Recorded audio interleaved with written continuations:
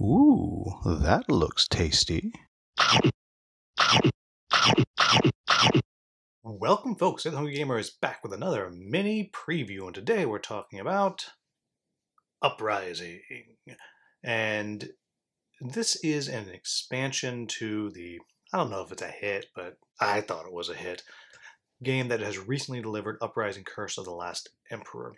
And I did a preview of that. I haven't talked about the game itself since I got it, and I'm not going to go in with how the game is played. You can check out the preview to kind of get an understanding of how that's going to work. But overall, I really have liked Uprising. I think it's a game that does what it sets out to do. It is a co-op 4X game. It is one that it is brutally hard, but really rewards multiple plays as you start to figure out different strategies. You start to figure out how the pretty asymmetric factions work, and how to best utilize what they're doing, how they can work together in the best way. And I really think that works well, especially as you're starting to bring into it all the other things that you don't pay attention to on the surface.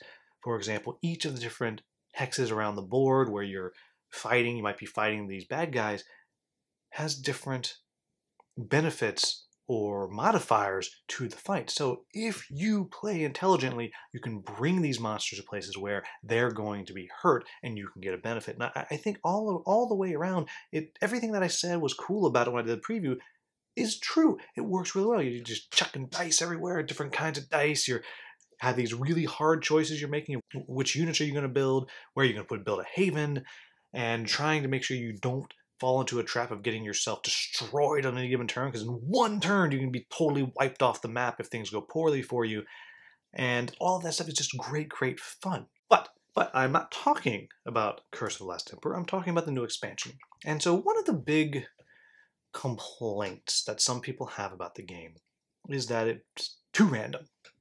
It's too determined by luck.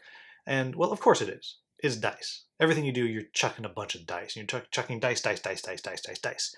And each of the dice does, different things and whatever. And so, yes, there are definitely times that I played, and I've gone out there with a big old army, and I've rolled and just blanks. And then I get wiped out. And then I'm behind the 8 ball, and I'm really struggling to catch back up later on, which could cost all of us the game.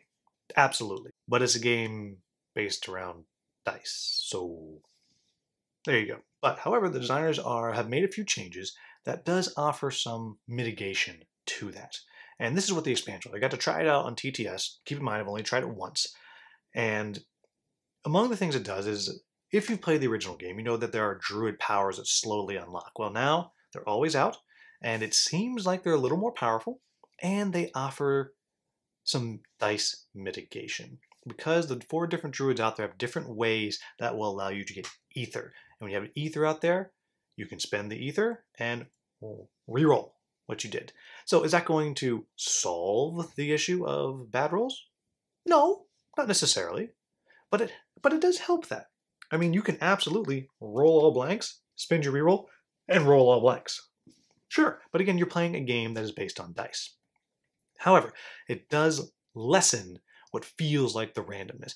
In addition to that, by starting with the 4 different Druids out there, what that's doing is it's giving you more ways to spin the little lightning bolt symbols, which again helps with that kind of randomness. Oh, I didn't get hits, but I did get 2 lightning bolts, which is going to let me do this. So as you can tell, I'm kind of mixing what I like and what's new and all of it together in one kind of mishmashy video here. But sorry, this is where I'm going. We're going to have to live with it and dive in and just follow me on my kind of stream of consciousness chat here. But so the Druids and the Ether, that's probably the biggest thing that's been changed. It's the biggest mechanical changes. There is the ability to do rerolls. However, along with that, there are mercenary units that you're able to hire. They'll be out there on the sea towers and all those things. You can hire these mercenary units. And these mercenary units, I don't know if all of them do, but a lot of them do. They come with new dice. So yes, the designers heard the complaint that everything is too based on dice. And they said, have some more dice.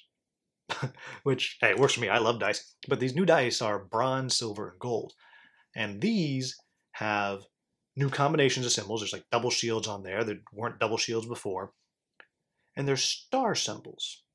And stars, pick whatever you want it to be, which is great. And all the way up to the gold die actually has one of each symbol on it, and every single side has something good. And so now you have these mercenary units, and there's a whole bunch of them, but these mercenary units that you can possibly find and then hire. They die, they're out of the game. Great. Well, not great, but great. And then the last thing is there are 2 new factions. And I forget what they're both called exactly, but there's the Titan faction where there's 2 basically hordes or legions that you can play. And it's you. You have 1 standee, 1 unit, and you get to walk around. You can literally, you're like this huge ancient Titan. You can eat entire hexes. Just the whole thing is gone. And just like the enemy horde and legion, you have your card. You're sliding your little slider up and down. The higher it is, the stronger you are. If you get killed, they just get 5 points, and you respawn. And then the other factions that I got to play, they are the ice pirates. They're ice pirates because all the oceans are frozen over, and they've put sleds on their ships, and now they kind of sail around. And the cool thing about them is these ships you can build in your build phase, and they have cannons or ballista on them, and so they actually get to add archery dice if the ships are around your combat, which is really, really cool if you play right. Which, for those of you that understand the game, you know that if you drop one of those ships on a sea tower, it's adjacent to everything. And so you drop a ship on a sea tower, and suddenly you're shooting into every fight. Very, very cool. Along with that, they get a new ability that they can use at the beginning of each round called the raid ability. And so if you have ships right next to you, you can just move your troops. Just boop, you can just move them into it. And if you have a line of ships, like a little bridge of ships, you can just take a free movement and then kind of move all the way around the board, which again is just a new style of play and very, very cool. So what do I like about this expansion? I like all of it. I mean, there, done. I like it all. Should I go on? Okay, I'll keep going. I like all of it. I think the 2 new factions are really, really cool. I've only played the one. One of the designers played the Titan faction, but I got to see how it works. It's just really, really cool. They're just as asymmetric as any of the others are, which again is going to add to replay value. I think the new dice are great, but again, I like dice. It's just fantastic. I like the mercenaries. I love the new druids always being out there with really cool art on the new druid cards. Oh my gosh, the art is so, so, so cool. And having that ether out there is also great as well, because it adds an element of hard decision, because you're going to miss rolls all the time. You have to say, is this the time that I want to spend that resource? Because you're not going to have a ton of it, but is this the time I want to do it? Okay, let's do it. And very, very fun. Now, what are my quibbles with it? Is it fixing any of the issues really that the game has? No. Is it giving, for the people who are frustrated by the dice results being what determines the game, is it fixing that? No, it's mitigating it a little bit, but it's not dice mitigation. So no, it's not fixing that. It doesn't make the game when you're playing with 3 or 4 players shorter.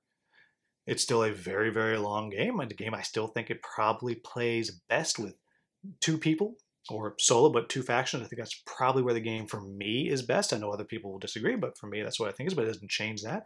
And it doesn't change the difficulty of the game. In fact, I didn't even mention it. I forgot there's also, when you pull out your hordes and your legions, they all can get banes, and banes are extra powers that they get that go along with it. So it certainly doesn't change the issue that some people have that the game is just brutally, brutally hard, because now it is even harder in some ways. And of course, yes, you can play with it, you can not play with it. There are tons of ways to make the game easier or harder, and those still exist. And I still contend that if you think the game's too hard and you haven't tried just making it a little bit easier, then you're making a mistake, because when you find that difficulty level that's right for you and your challenge, it is so much fun.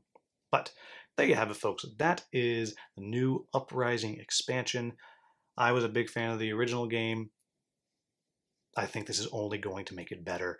And if you're someone that didn't get a chance to get the original game, and you like a 4X game, and you like co-op, and you like a good challenge, and you like asymmetric factions, and you like dice, then this is one that you gotta get. So there you have it, folks. That is Uprising. As always, if you found this video useful, please like, subscribe, and share. Thank you so much for watching. Have a wonderful, wonderful day.